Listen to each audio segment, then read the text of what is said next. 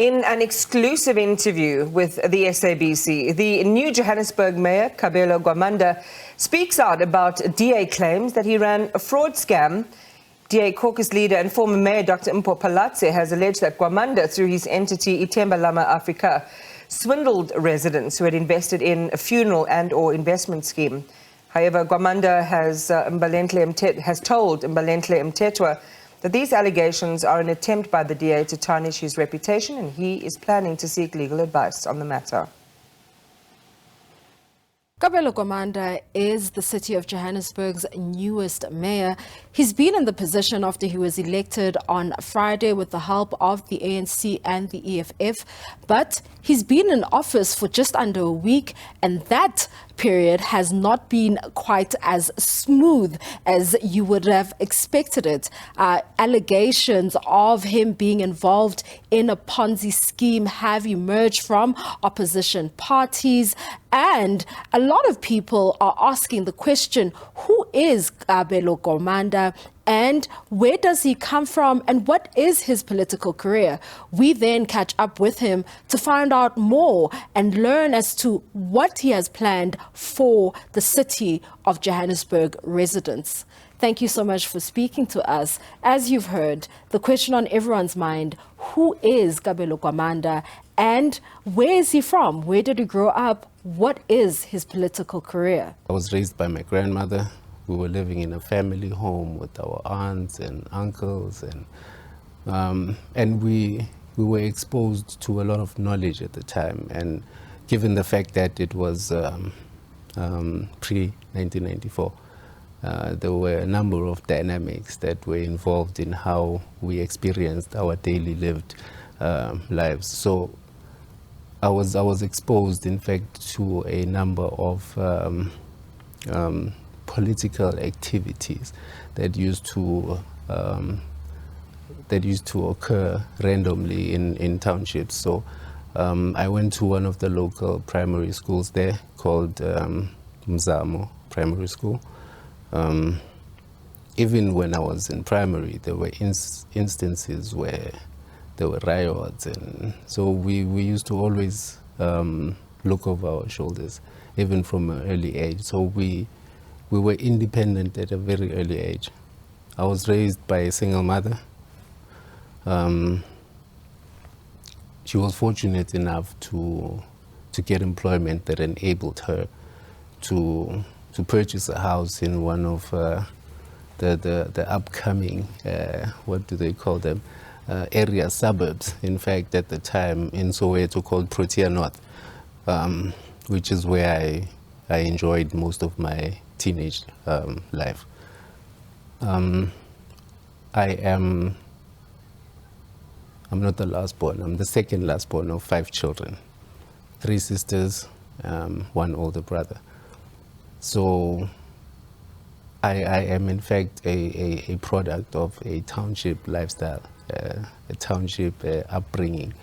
I was raised by a community of a diverse nature, from a community in Orlando West to a modern community of Protea North. High school, I went to Coronationville High. It's a colored high school, of which I was able to get an understanding of how different ethnic groups and orientations interact in different environments, and the challenges that we face and how we exchange notes generally on our daily lived experience. And unfortunately, I had to leave high school from grade 11 and then went to Parktown College here in Parktown, where I was able to study my National Senior Certificate. By virtue of a single mother raising us, I needed to find alternative means, getting a job, trying to explore with friends, open car washes, because that's the kind of life that we are used to in townships. We, at the time, do not have what the modern youth have, which is role models. We only have political activists that we look up to. How true are the allegations made by the Democratic Alliance accusing you of being involved in a Ponzi scheme which has defrauded Johannesburg residents? It's interesting that a political party such as the Democratic Alliance would come up with such ridiculous allegations. Firstly, as a party, Al-Jama, the party that I'm from, how we grew into the 3 seats that we have, it's mostly because of the support of the very same community that they are accusing me of having, I think, defrauded. The community looks at myself as a symbol of a disruption to a system. And I can imagine that it's a bitter pill to swallow when an average person such as myself, who everyone can relate to, is in fact chosen amongst many to lead. The only other countermeasures that you can use is to try and assassinate the character of such an individual before even understanding who the person is. My community is comfortable enough with me to ensure that I represent them in council. I'm sure when they voted for the party, they did not imagine that we would in fact be leading the city of Johannesburg, but here we are. And the pride in me within my community is overwhelming. And whatever the Democratic Alliance would like to pursue, we have in fact engaged our attorneys on the matter, and we are going to see a legal process through, so that I do not enter into arenas that are unnecessary for me to be distracted by. How worried are you, or are you at all worried about possibly not finishing your term with the Democratic Alliance planning to open a criminal case following these allegations? It's very interesting, right?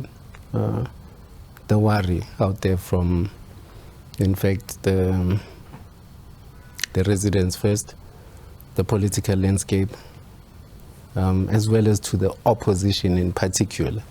Because one thing that the Democratic Alliance know very well is that I, in fact, hold the secretariat of the minority opposition parties, which is the driving force behind the reconstitution of government that championed what ultimately became a regime change in Gauteng as a province. Right? It's okay for them to be afraid. I do not blame them. I have no malicious intent with the levers of power. My only concern is to change the daily lived experiences of our residents. Most importantly, those that are of a historic disadvantage position. However, I can assure you that the confidence from the coalition partners, of which I need to categorically state that we are in our majority, there's no doubt, there's no inch of doubt in my ability, firstly, to hold office, secondly, to keep this coalition together for as long as I have to, because I've been given a responsibility by the collective. It is not myself who went around and requested that I want to be mayor, please vote. No. They came to a determination to say Councillor Kabelo Gwamanda would be suitably qualified to lead the city of Johannesburg in particular in the trajectory that we desire as a collective. You say that your election came from a unanimous decision among your coalition partners, and that, you know, it's because they trust you to be able to lead this coalition. However, why should South Africans or residents in the city of Johannesburg trust you? I think, firstly, it would be prudent for me to bring this to their attention. Myself and by extension, the minority governing parties were the only barriers that prevented Gauteng from becoming a Western Cape. Firstly, that was my gift to the residents in the city of Johannesburg, to try and ensure that we are not we are not selective in how we deploy service delivery in the city of Johannesburg, because in the previous administration we were aggrieved, and we tried to raise these concerns on several occasions, and by virtue of us not being in government, we could not do anything for our residents, and it was painful. And the only way in which you can bring meaningful change is by, in fact, a regime change, the same way that we did. But the confidence that people should have in me, I cannot comment on, because unless the residents in the city of Johannesburg would, in fact, give themselves an opportunity to allow stability in the city of Johannesburg, firstly, and secondly, to observe whether or not the government of local unity, because it's not about myself, it's about a collaborated effort and our unity of purpose. And they need to be aware of the fact that it's in their best interest as opposed to a political ambition. So I would in fact appeal to the residents in the city of Johannesburg to consider giving the government an opportunity. I'm yet to hear a comment from the public requesting that the public gives this administration an opportunity, the way that they were advocating for Mpho Phalatse in 2021, when they say, why don't you work with Mpho? We tried our level best, but failed nonetheless.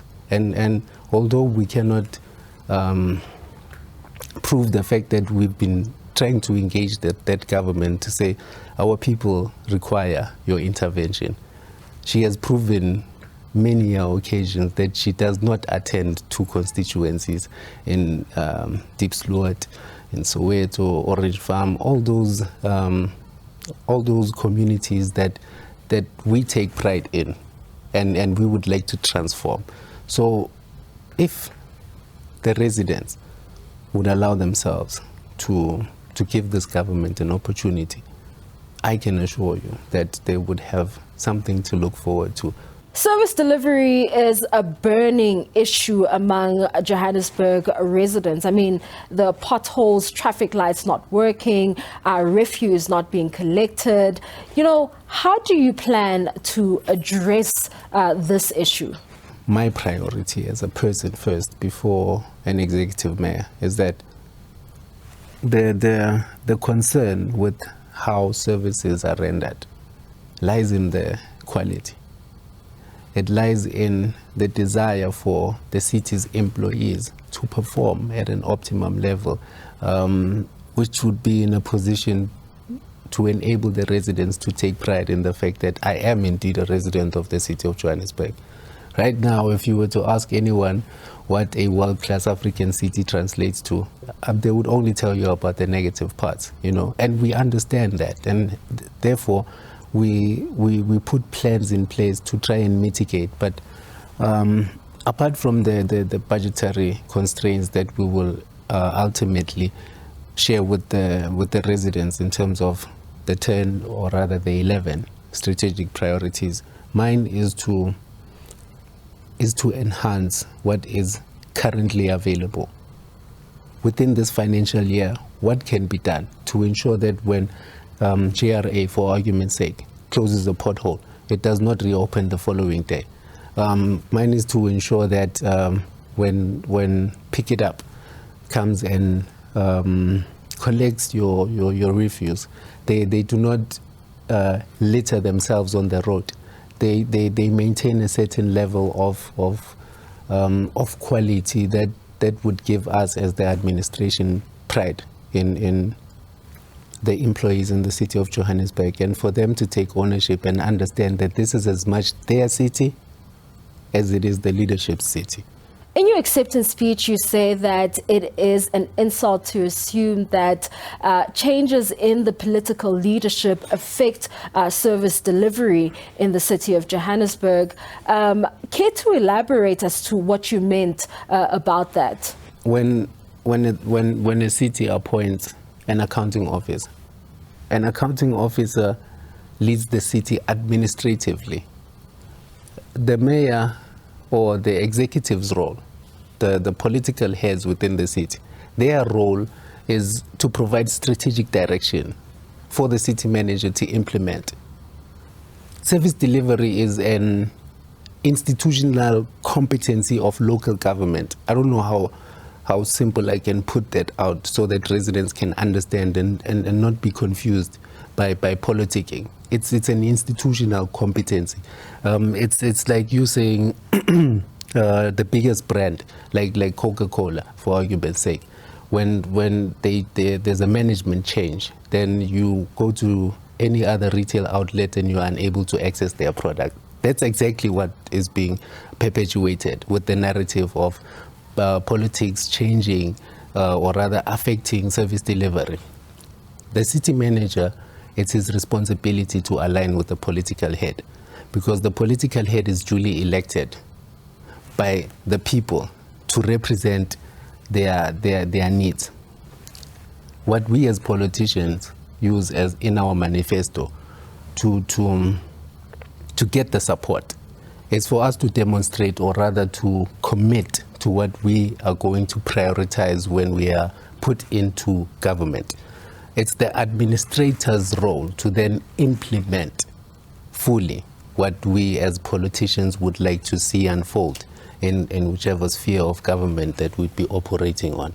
Some service providers have not been paid, and we know what happened to the JMPD fleet being taken back. How do you intend to address this, knowing the city is struggling or has struggled with finances in the past and had to get a DBSA loan?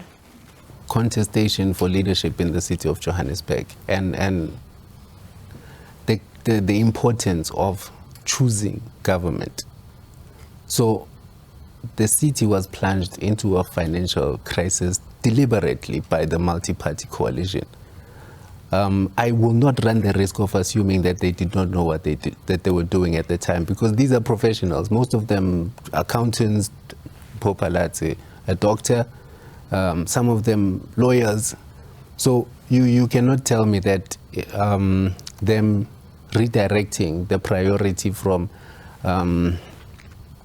revenue collection to expenditure on exorbitant legal fees with the intention of purging black professionals, and assume that those people do not know what they were doing at the time.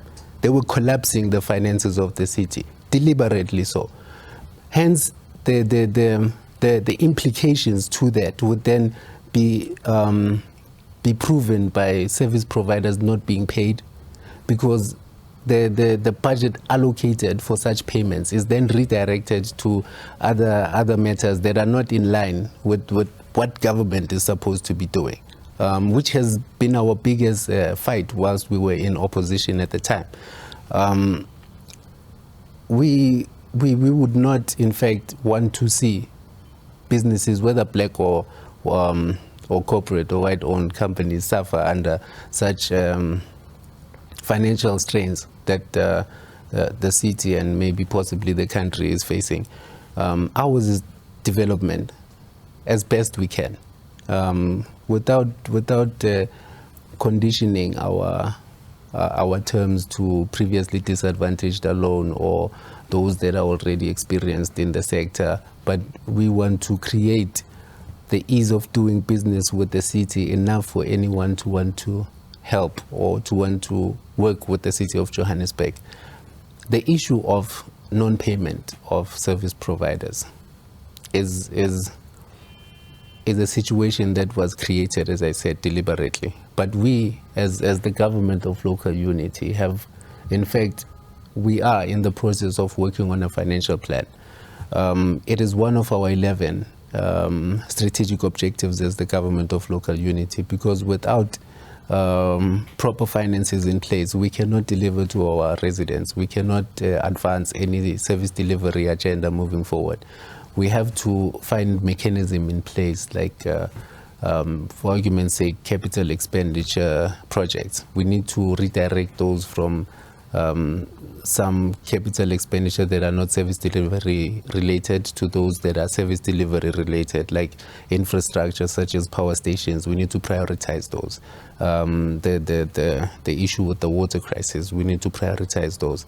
And then we will get back to parks and those soft issues of service delivery.